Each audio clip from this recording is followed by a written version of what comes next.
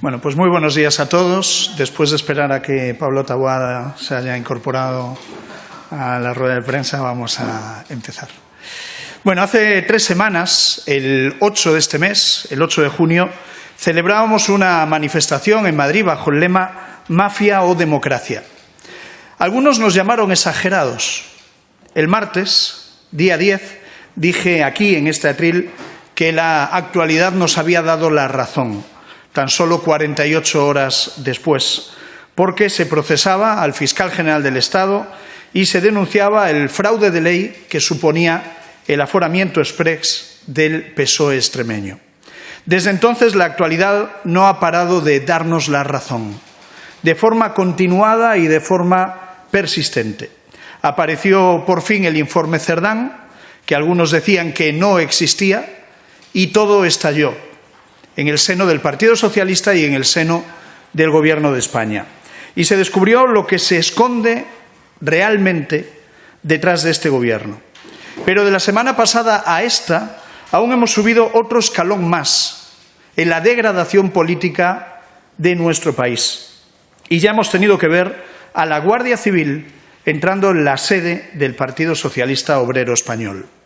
Hay que decirlo, la situación es insoportable y la situación es insostenible. Esta Cámara tendría que haber recibido ya unas cuantas explicaciones por parte del presidente del Gobierno, pero hasta el momento no lo ha hecho. En primer lugar, porque el presidente quería huir y ha huido a lo largo de los últimos días.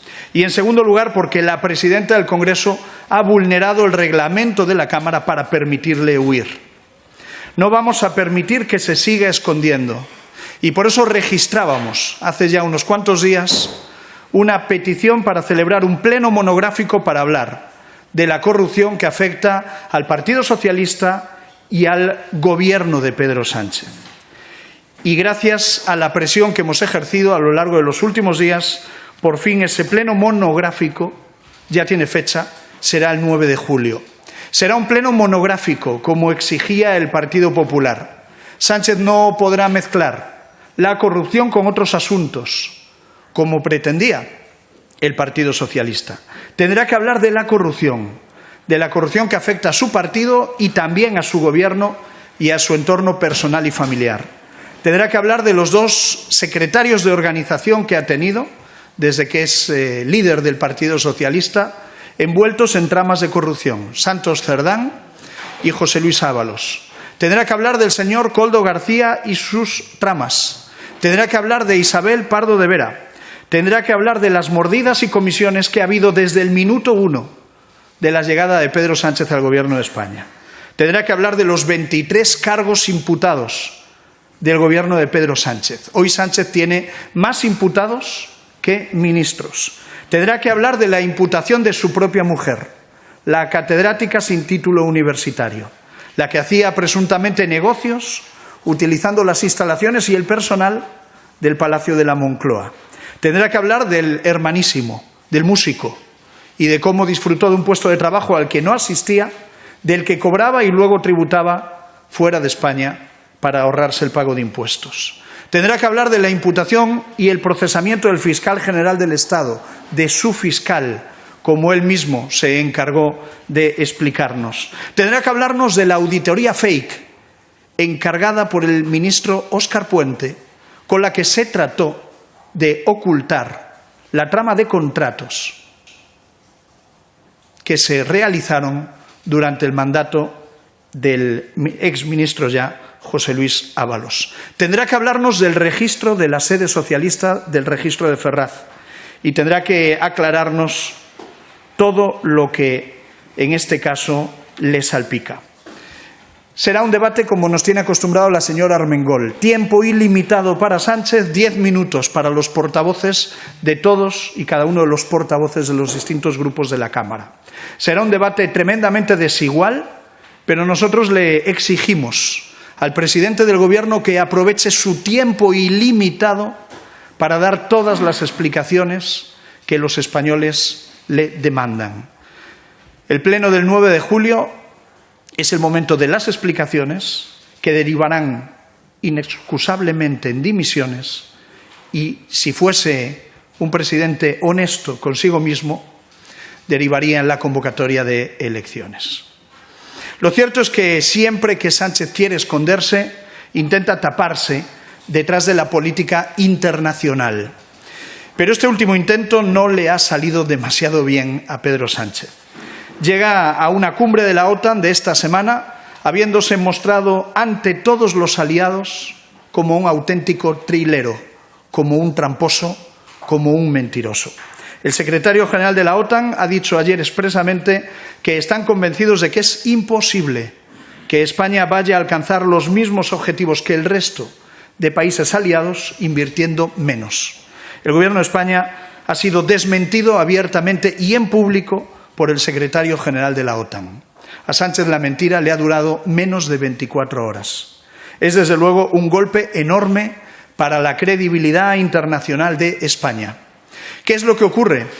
Que dice la OTAN que revisará el cumplimiento de objetivos en 2029. ¿Y qué es lo que ocurre? Que Sánchez ya no está pensando en 2029, porque si algo tiene claro es que en esa fecha ya no será presidente de nada. En el corto plazo, hoy comenzamos el último pleno ordinario de este periodo de sesiones y la verdad es que el panorama es demoledor para el Gobierno de España. En esta primera mitad del año, este Congreso ha aprobado definitivamente 5 leyes, menos de una al mes. Ha convalidado 5 reales decretos leyes, también menos de uno al mes, y no ha sido capaz de aprobar el presupuesto general del Estado para este año. De los 14 plenos que hemos celebrado en estos 6 meses, la mitad, 7, han sido solo de 2 días. No ha habido pleno los jueves, porque no había material para llenar la agenda del pleno. Estaba previsto llevar al pleno de esta semana la Ley de Movilidad Sostenible. ¿Qué es lo que ha pasado? Que la semana pasada decidieron desconvocar la comisión que le iba a dictaminar porque al Gobierno ya no le salen los números para tramitarla y aprobarla. Está claro que hay socios que ya no quieren fotografiarse al lado de Pedro Sánchez, ni en Moncloa, ni tampoco en las votaciones del Pleno de la Cámara. Por lo tanto, sequía legislativa absoluta en la coalición de Gobierno y en sus socios, pero eso sí, 38 leyes del Partido Popular en el congelador de Armengol. 38 leyes que el Gobierno mantiene paralizadas, dándole instrucciones a la señora Francina Armengol, la comisaria política que Sánchez ha enviado a esta Cámara. Se confirma que en esta legislatura no hay una mayoría de Gobierno. No hay una mayoría de Gobierno que impulse iniciativas propias. Lo único que hay es una minoría de bloqueo capitaneada por la señora Francina Armengol, una de las enemigas de la democracia en nuestro país.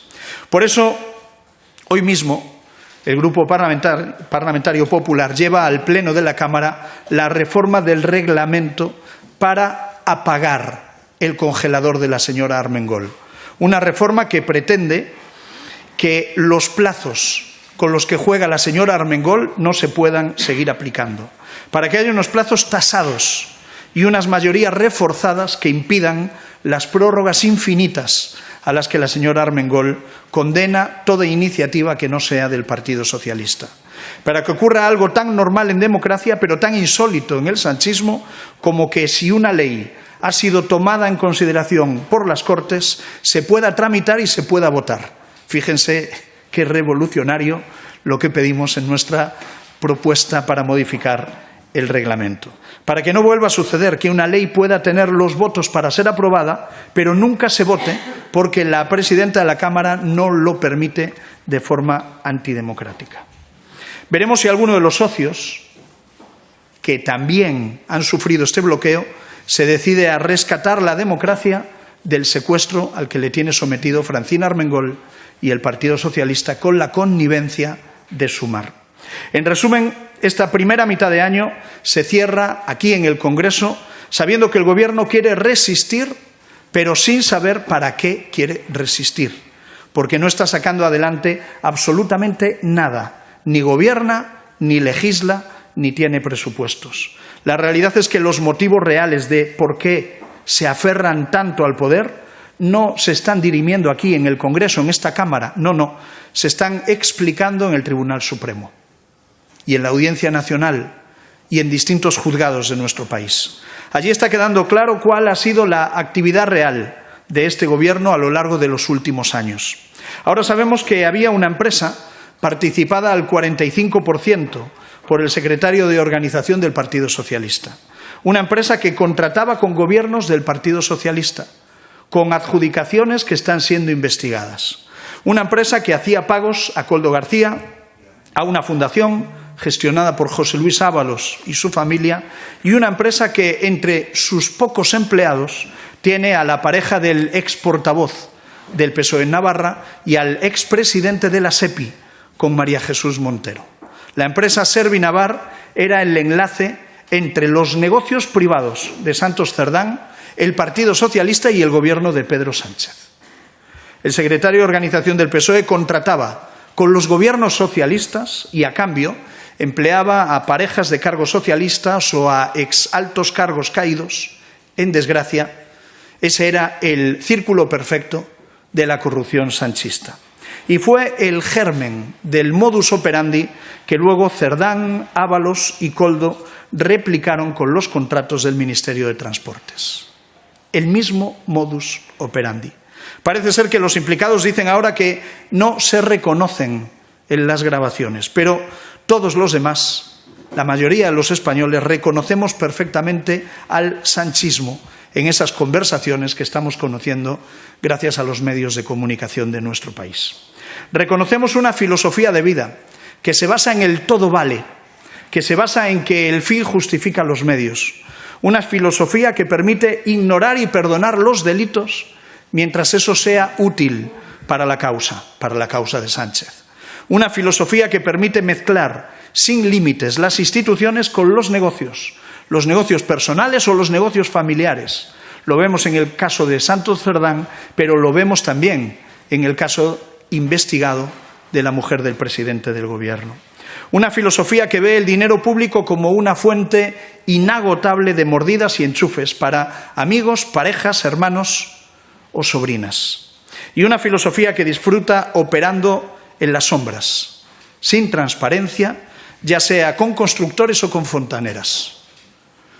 Así trabajaban. La fotografía de la entrada de la Guardia Civil, de la UCO, en la sede del Partido Socialista, debería ser la lápida que enterrase esa filosofía y esta forma de hacer política que se llama sanchismo. Nosotros estamos preparados para pasar página en nuestro país. Somos el primer partido de España y somos la alternativa. Solo hay que darle la voz a los españoles a través de las urnas para dejar atrás esta etapa tan oscura de mordidas y de negocios socialistas. Pero esto también depende no solo de Sánchez y del sanchismo, depende de sus socios, de unos socios que tienen que discernir qué es exactamente lo que están sosteniendo con sus votos. Todos sabemos que no es un gobierno, es obvio, viendo el balance de la actividad. Ponerle otro nombre depende de ellos, nosotros se lo hemos puesto, mafia. Si no lo hacen los socios ahora, lo hará la justicia cuando llegue el momento, cuando se dicte sentencia. Pero hoy es el momento de depurar responsabilidades.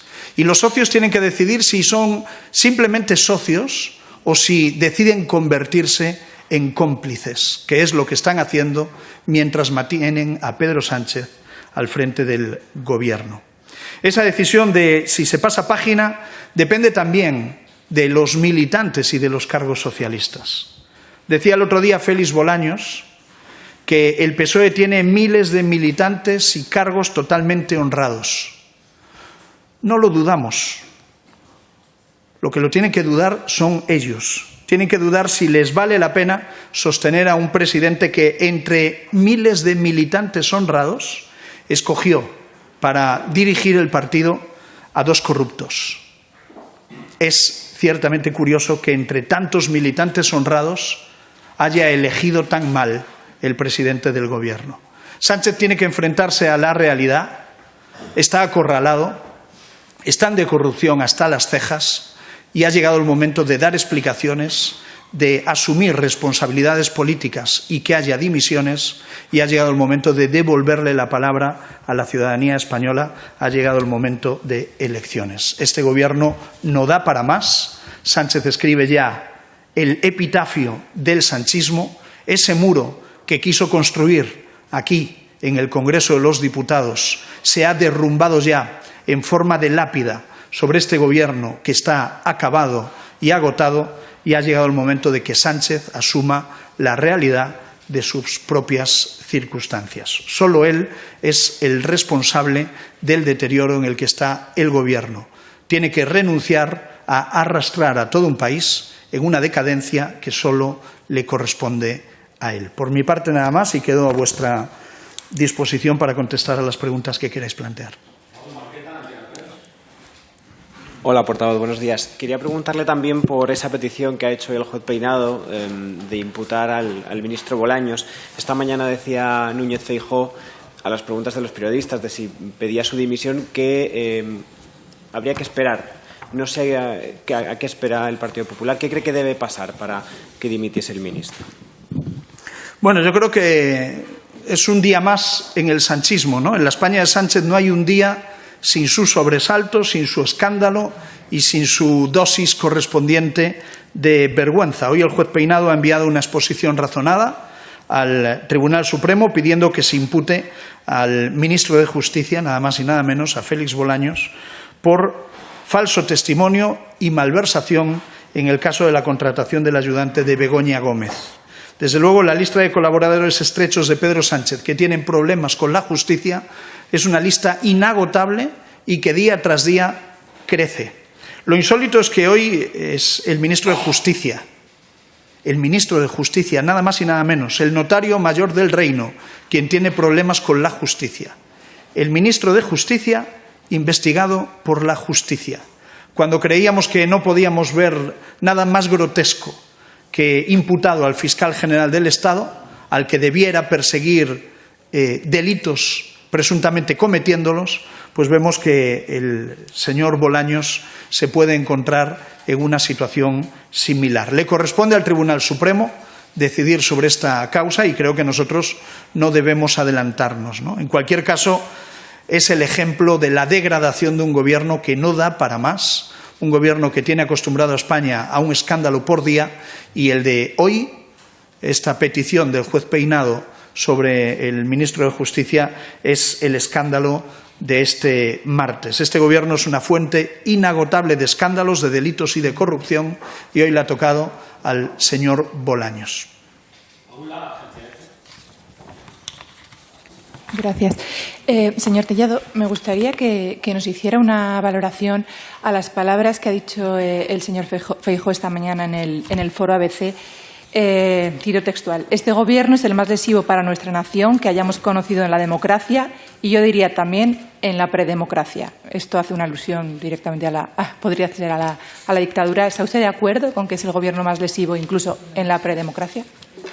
Mire, yo lo que creo es que la realidad es que este es un Gobierno que no da más de sí, un Gobierno agotado y un Gobierno acorralado, que tiene tantas sombras de corrupción que avergüenza a todo nuestro país. Y es verdad que a lo largo de esta legislatura hemos ido comprobando cómo este Gobierno se asoma al precipicio de la autocracia. Sánchez no respeta la separación de poderes, no respeta al Parlamento, no respeta a la justicia, y Sánchez es una amenaza para la democracia española. Se ha convertido en una auténtica amenaza para la democracia española. Hemos visto a miembros del Gobierno atacar a jueces, atacar a fiscales, atacar a periodistas, que es algo inaudito en una democracia moderna, en una democracia madura. Y, por lo tanto, creo que desde un inicio esta legislatura tiene tintes autocráticos que anteponen el interés de una persona por encima del interés general. Y eso es más propio de regímenes distintos a las democracias plenas. Hola, portavoz, buenos días. Incido en la pregunta que acaba de hacer mi compañera si usted cree que este gobierno es más lesivo incluso incluida la dictadura, porque hacía referencia a Alberto Núñez Feijóo a la predemocracia. Y luego quería preguntarle por las palabras de Feijóo ayer también, en las que daba pábulo a las acusaciones de José María Aznar sobre un posible fraude electoral en el voto por correo. ¿Ustedes en el actual Partido Popular creen, en la dirección del PP en Génova, creen que puede existir un fraude electoral en el voto por correo? Y si nos puede aclarar a lo que se refería ayer Feijóo con un grupo de trabajo en la Junta Electoral Central. No sabemos si es anterior, si es un grupo de trabajo actual, qué están investigando exactamente o qué pretenden investigar concretamente, porque no nos lo han aclarado. Gracias. Mire, sobre la primera pregunta creo que he contestado, pero puedo ir un poco más allá. Sánchez le ha entregado la gobernabilidad de España en esta legislatura a partidos que no creen en el Estado, que quieren debilitar al Estado. Partidos independentistas o partidos como Bildu, que llevan asesinos condenados por sentencia firme en sus listas. Eso tiene bastante poco de democrático. Con respecto a lo que habla usted del voto por correo, bien, nosotros no hemos cuestionado en ningún momento a los funcionarios de Correos, a quienes agradecemos su profesionalidad y su buen hacer. Pero la realidad es que sí desconfiamos del Gobierno, desconfiamos de personas puestas por Pedro Sánchez y su entorno en Correos, como Leire Díez, conocida fontanera de Santos Cerdán, que le han pillado ofreciendo beneficios ante la Fiscalía a personas perseguidas por la justicia a cambio de dañar la imagen de mandos de la Guardia Civil o de fiscales. Claro que desconfiamos de determinados fichajes y, por lo tanto, es evidente que el Gobierno no colocó en Correos a Leire Díez por sus conocimientos en filatelia. No fue por eso, ¿eh? No fue por eso. Y, por lo tanto, con nombramientos de este tipo, ¿cómo no vamos a dudar? ¿Cómo no vamos a dudar de quien amañó las primarias en su partido, que haya tenido la tentación de amañar también otras cosas? ¿Cómo no vamos a dudar? Sánchez trató de restarle importancia al amaño de primarias. Bueno, pues si él cree que le puede tomar el pelo a los afiliados del Partido Socialista, allá él. Pero la escena de cómo se cambiaban urnas detrás de cortinas pasará a la historia del Partido Socialista Obrero Español. Y eso, el responsable es el mismo que colocó a Leire Díez en Correos, por sus extensos conocimientos en filatelia. Sabía mucho de uranio enriquecido y después la colocaron en Correos, al frente del voto por correo, tal y como ella misma acreditó, por sus extensos conocimientos en la filatelia y en el servicio postal español. Señor Tellado, ¿está usted queriendo decir que colocan a gente en Correos para amañar las elecciones generales? ¿De verdad el sistema de conteo de los votos que tiene nuestro país es tan frágil como para que unas personas elegidas por el Ejecutivo, puestos de designación que se eligen normalmente, esas personas sean capaces de amañar las elecciones? Nuestro sistema de conteo de los votos es tan frágil. Y luego le quiero preguntar también sobre el señor Bolaños. Usted dice que hay que esperar a ver qué decide el Supremo. Quería que me explicara, a juicio del Partido Popular, si hay base para que esa imputación se formalice. Si el Partido Popular, cuáles son los argumentos del Partido Popular para defender esa imputación o no del señor Bolaños, y si creen que él debería dimitir en este punto. Gracias. Mire, sobre el voto por correo creo que me he explicado. Nosotros confiamos en los funcionarios de Correos y confiamos en el sistema. Confiamos en los funcionarios de Correos y confiamos en el sistema.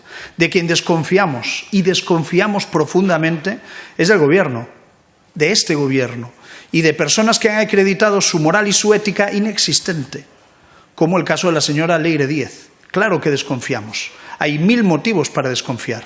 A esta señora la han pillado ofreciendo beneficios en la Fiscalía a personas investigadas por la justicia a cambio de dañar la imagen de agentes de la Guardia Civil. Y esta señora hacía esto a la orden y al servicio y al dictado de un tal Santos Cerdán, número 2 de Pedro Sánchez. Y por lo tanto, ¿usted para qué cree que han podido nombrar a Leire Díez en Correos? ¿Y por qué cree que le han puesto al frente del voto por correo? Pues no lo sé, pero motivos para desconfiar supongo que entenderá conmigo que los hay, ¿no? Con respecto al señor Bolaños, bueno, es el escándalo de hoy, pero no es menor lo que se le presume.